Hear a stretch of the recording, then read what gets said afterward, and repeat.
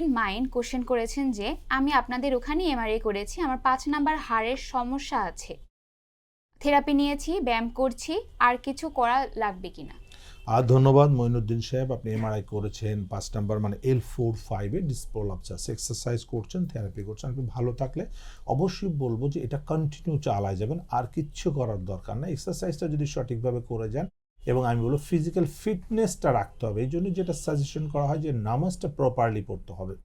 যে ব্যক্তি নামাজ প্রপারলি পড়তে পারে তার কিন্তু ফিটনেসের কোনো প্রবলেম থাকে না, কিন্তু যদি একটু ফিটনেস ফল করে দেখবেন নামাজ পড়তে গেলে তার হাতটা আগে মাটিতে চলে যায়, তখনই বুঝবেন আপনার সমস্যা হচ্ছে, তখনই আপনি চিকিৎসকের শরণাপন্ন হবেন। কারণ আগে যিনি হাত মাটিতে দেন পরে হাঁটু মাটিতে দেন তিনি কিন্তু ফিটনেসে আনফিট।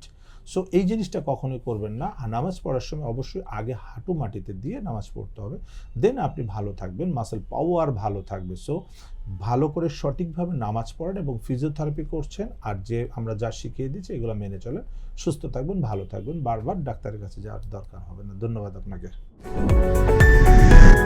এসপি হাসপাতাল, আন্তর্জাতিক মানের পূর্ণাঙ্গ ব্যথা নিরাময় হাসপাতাল।